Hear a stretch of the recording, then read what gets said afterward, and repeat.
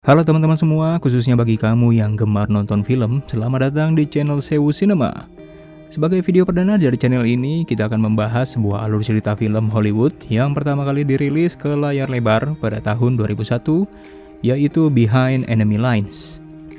Film yang dibintangi oleh Mas Owen Wilson ini menceritakan kisah seorang tentara Angkatan Laut Amerika Serikat yang sedang bertugas di perairan Semenanjung Balkan. Tugas mereka adalah mengawasi proses perdamaian perang panjang antara Bosnia dengan Serbia. Namun karena secara tidak sengaja membongkar sebuah rahasia kejahatan perang, dirinya yang semula hanya ditugaskan untuk berpatroli, secara mengejutkan malah menjadi target panas untuk diburu dan dibunuh oleh pihak tentara Serbia. Rahasia kejahatan perang yang dilakukan oleh Serbia yaitu berupa kasus pembantaian yang dilakukan oleh mereka terhadap warga Bosnia yang sebagian besar merupakan para pemeluk agama Islam.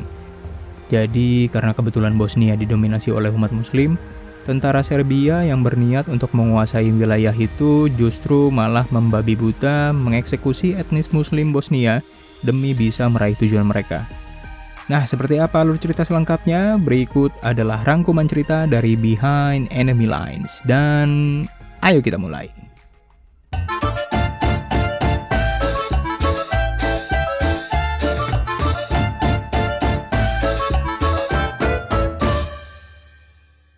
Cerita dimulai dengan menampilkan sebuah kapal induk Angkatan Laut Amerika yang bernama USS Carl Vinson yang pada saat itu sedang berjaga-jaga di perairan Semenanjung Balkan. Di bawah perintah NATO, para pasukan Amerika diberi tugas untuk mengawasi konflik yang terjadi antara negara Bosnia dan Serbia pada saat itu.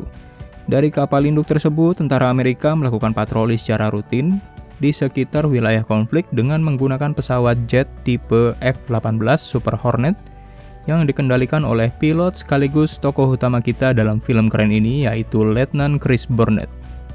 Namun selama bertugas di sana, Burnett selalu mengeluh karena dirinya sebenarnya tidak ingin hanya menjadi tentara yang setiap hari berpatroli. Dia lebih memilih ditugaskan untuk ke medan perang langsung ketimbang hanya sekedar terbang untuk menonton konflik yang terjadi di antara dua negara lain gitu ya. Lalu setelah terbang kembali lagi ke kapal induk. Sementara itu Admiral Leslie Regard yang merupakan pemimpin pasukan Angkatan Laut Amerika Serikat kedatangan tamu Admiral Pickett yang mewakili tentara NATO. Pickett meminta kepada Regard agar aktivitas tentara Amerika Serikat segera dikurangi demi bisa menurunkan ketegangan di Laut Balkan sehingga perdamaian antara Bosnia dan Serbia bisa berjalan lancar. Pickett juga mengingatkan jangan sampai jet tempur Amerika berani terbang keluar dari zona yang ditetapkan oleh NATO. Bersama rekannya yang bernama Jeremy Stackhouse, pada saat makan di kantin, Burnett cerita bahwa dirinya sudah semakin bosan dengan rutinitas di sana. Jago banget pokoknya nih Mas Burnett nih, karena jiwa prajuritnya terus meronta-ronta buat minta dikirim ke medan perang yang asli aja gitu. Ya, goks. Namun tak lama berselang, Burnett dipanggil oleh Regard untuk segera bertemu di ruangannya. Rupanya saat itu Regard ingin membahas surat pengunduran diri yang telah diajukan oleh Burnett secara diam-diam. Regard merasa kecewa karena selama ini Burnett menganggap bahwa tugasnya berpatroli di Semenanjung Balkan itu tidak sesuai dengan harapannya. Karena Burnett awalnya bergabung di Angkatan Laut untuk bisa berperang gitu ya, bukan jadi pilot patroli. Regard jelas tidak setuju dengan surat pengunduran diri itu, karena bagaimanapun juga tugas para pasukan Amerika di sana masih diperlukan oleh NATO. Meskipun gencatan senjata antara Bosnia dan Serbia mulai dilaksanakan. Akhirnya surat pengunduran diri itu juga diketahui oleh Stackhouse, yang sudah sekian lama menjadi partnernya dalam satu pesawat. Tetapi Burnett bersikeras bahwa tekadnya sudah bulat, dan sudah tidak bergairah lagi untuk meneruskan tugasnya menjadi pilot jet tempur yang tidak kunjung tiba diterjunkan ke medan perang asli. Burnett lalu menelepon keluarganya di Amerika dan meminta maaf bahwa dirinya gagal pulang untuk merayakan Natal bersama di rumah, karena pengunduran dirinya gagal disetujui oleh sang atasan. Namun tiba-tiba Burnett melihat di papan tugas bahwa dirinya dan Stackhouse ditugaskan kembali untuk berpatroli yang kali ini harus dilaksanakan pada momen Natal. Singkat cerita gitu ya, Burnett dan Stackhouse pun bersiap-siap di pesawat. Misi terbang mereka kali ini adalah mengumpulkan foto-foto penting di zona yang telah ditetapkan. Namun pada saat mengudara, secara tiba-tiba dalam radar mereka terdeteksi sebuah aktivitas mencurigakan yang tepat berada pada zona demilitarisasi, yaitu sebuah zona yang mencakup perbatasan ya antara dua atau lebih negara. Dan di zona tersebut juga sangat dilarang untuk adanya kegiatan militer.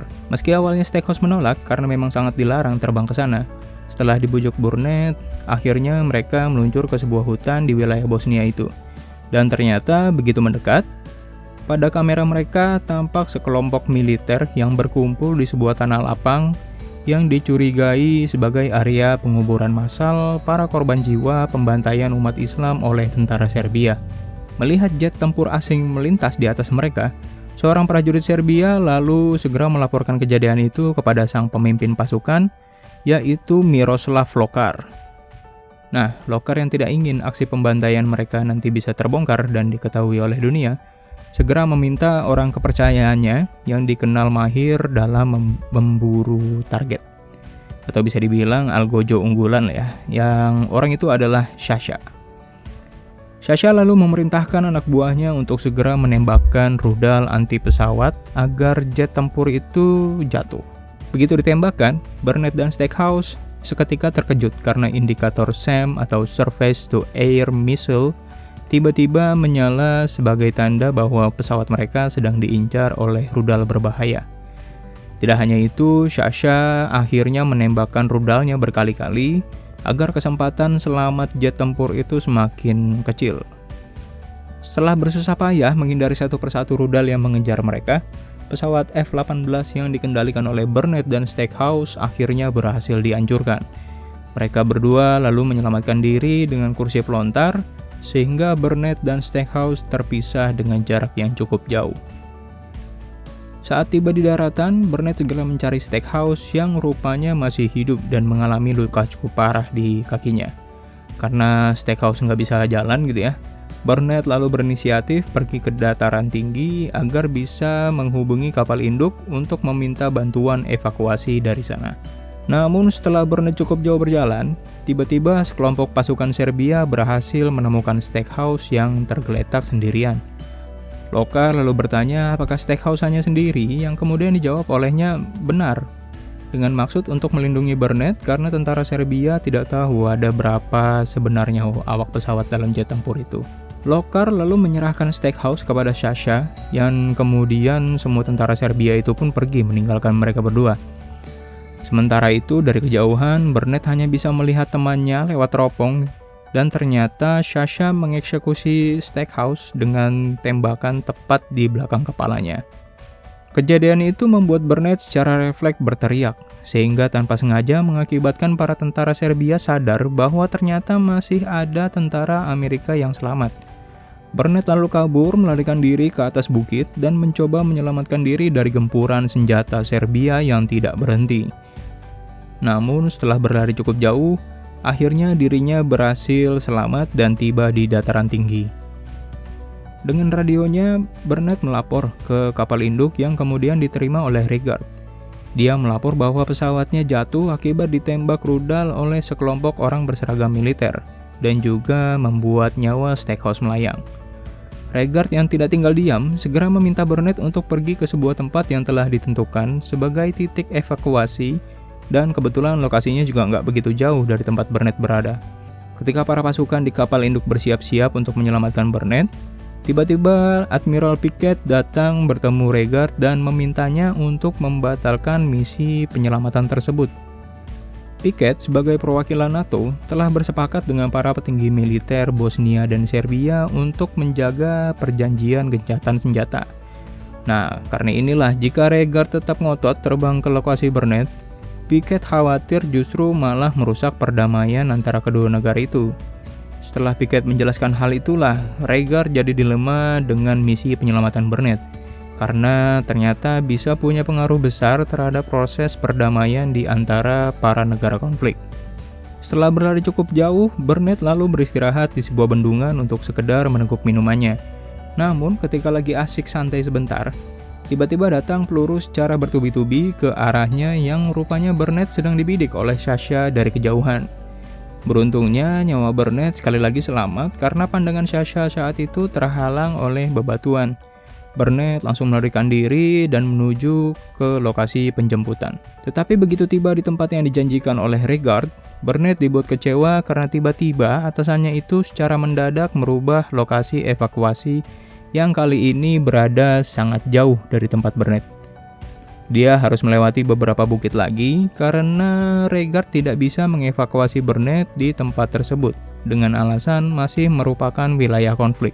Jadi Burnett disuruh untuk pindah ke tempat yang baru dan lebih aman. Namun di tengah komunikasi itu, Burnett seketika terdiam karena ternyata dia melihat para pasukan Serbia yang berjumlah banyak semakin mendekat.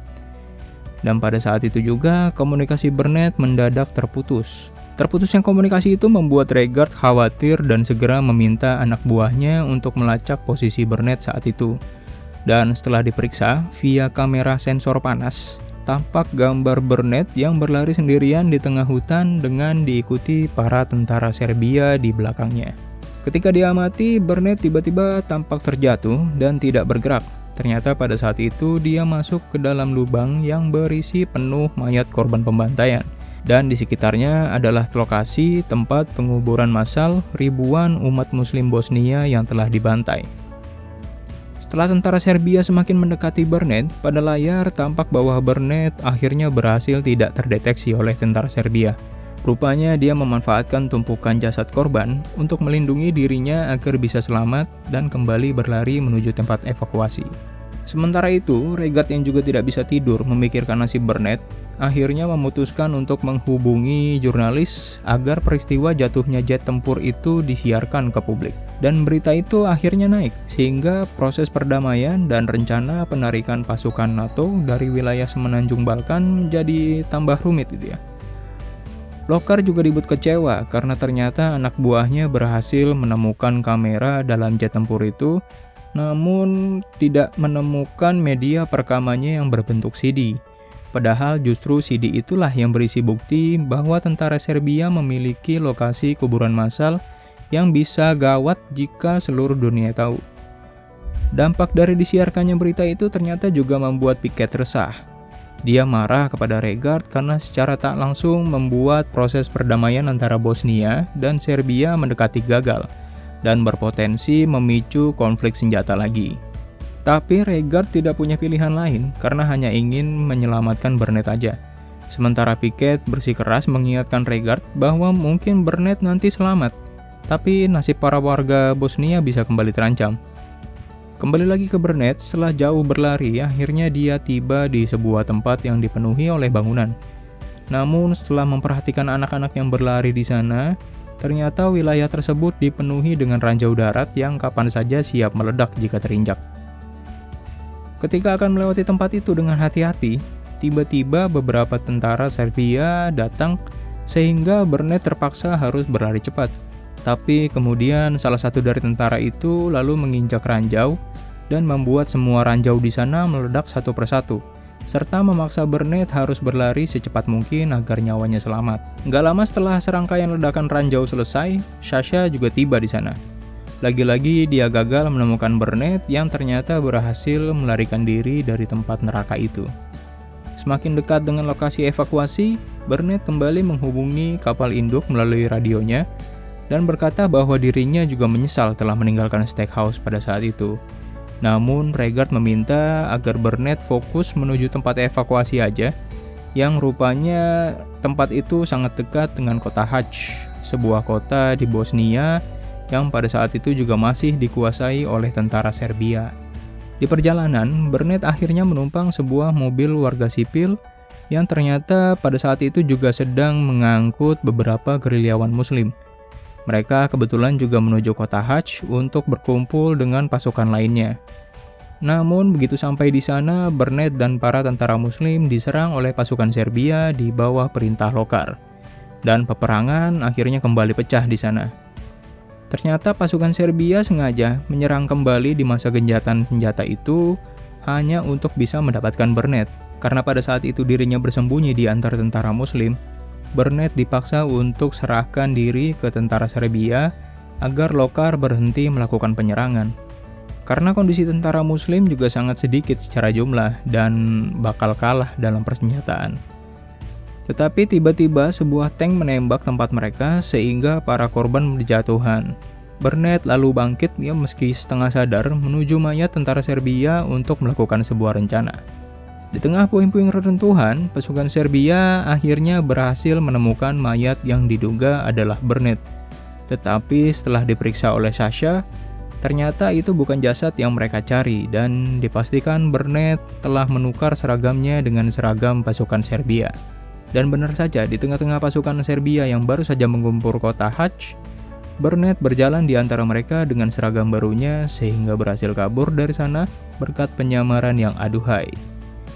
Burnett lalu ditemani oleh seorang pasukan muslim ke sebuah tempat yang diyakini sebagai lokasi evakuasi. Di tengah jalan, Burnett juga berhasil mendengar suara helikopter yang semakin mendekat sebagai tanda upaya penyelamatan dirinya akan segera terwujud. Namun, di kapal induk, Reigard melihat siaran berita di TV mengenai para pasukan Serbia yang mengklaim telah menemukan mayat berseragam tentara Amerika seperti Burnett. Pasukan Serbia bahkan menuduh bahwa Burnett dibunuh oleh para gerilyawan muslim yang berada di kota Hajj. Akibat berita itu, Reigard berasumsi bahwa Burnett memang benar-benar telah tewas, sehingga membuatnya membatalkan perintah mengevakuasi anak buahnya itu di kota Hajj. Dan benar-benar sial nih bagi Burnett, begitu helikopter hanya tinggal mendarat, tiba-tiba mereka berputar balik dan tidak mengetahui bahwa Burnett sudah berada di sana menunggu kedatangan para tim penyelamat. Alhasil, akibat siaran berita sialan itu, nyawa Burnett kembali terancam. Dan bahkan lebih parah karena seluruh dunia berasumsi bahwa dirinya sudah tewas sehingga tidak perlu ada upaya penyelamatan lagi. Namun rupanya Burnett tidak kehabisan akal. Dengan instingnya yang sangat baik, dia lalu pergi ke lokasi tempat kursinya jatuh agar bisa menyalakan sinyal suar dan bisa mengirim pesan ke kapal induk bahwa dirinya masih hidup nih. Setelah tiba di sana, Burnett segera memperbaiki kerusakan alat pengirim sinyal agar bisa menyala kembali. Dan usai bersusah payah, akhirnya... Dan benar saja, sinyal dari kursi itu akhirnya sampai pada ruang kendali di kapal induk. Dan segera diketahui oleh para kru dan pastinya juga Reigard. Mereka yakin bahwa sinyal itu diaktifkan kembali oleh Burnett, karena hanya pilot mereka saja yang mengetahui cara mengaktifkan sinyal suar secara manual. Alhasil, Reigard kali ini mengumpulkan para tim penyelamat kembali dan juga memutuskan untuk ikut serta dalam misi menyelamatkan Burnett tersebut. Reigard juga sudah tidak peduli gitu ya dengan larangan dari pihak NATO, bodoh amat, karena dirinya sangat bersikeras untuk bisa membawa pulang Burnett dalam kondisi selamat.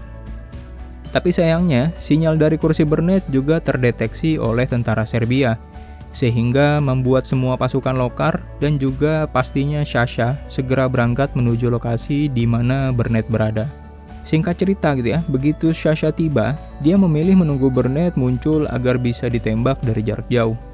Namun karena di saat yang sama, helikopter penyelamat semakin dekat, Sasha akhirnya dikejar-kejar waktu dan terpaksa berjalan mendekati kursi itu dan terkejut karena Burnett sama sekali tidak ada di sana. Begitu punya kesempatan, seketika Burnett muncul tiba-tiba dari tumpukan salju dan langsung menembaki Sasha berkali-kali yang pada saat itu Sasha juga lagi nggak siap gitu ya. Setelah mereka berduel habis-habisan, akhirnya Burnett berhasil melumpuhkannya sampai tewas. Mamam kau Sasha. Namun tak lama kemudian, ancaman berlanjut dengan datangnya pasukan Serbia yang lebih lengkap dengan tank dan senjata berat.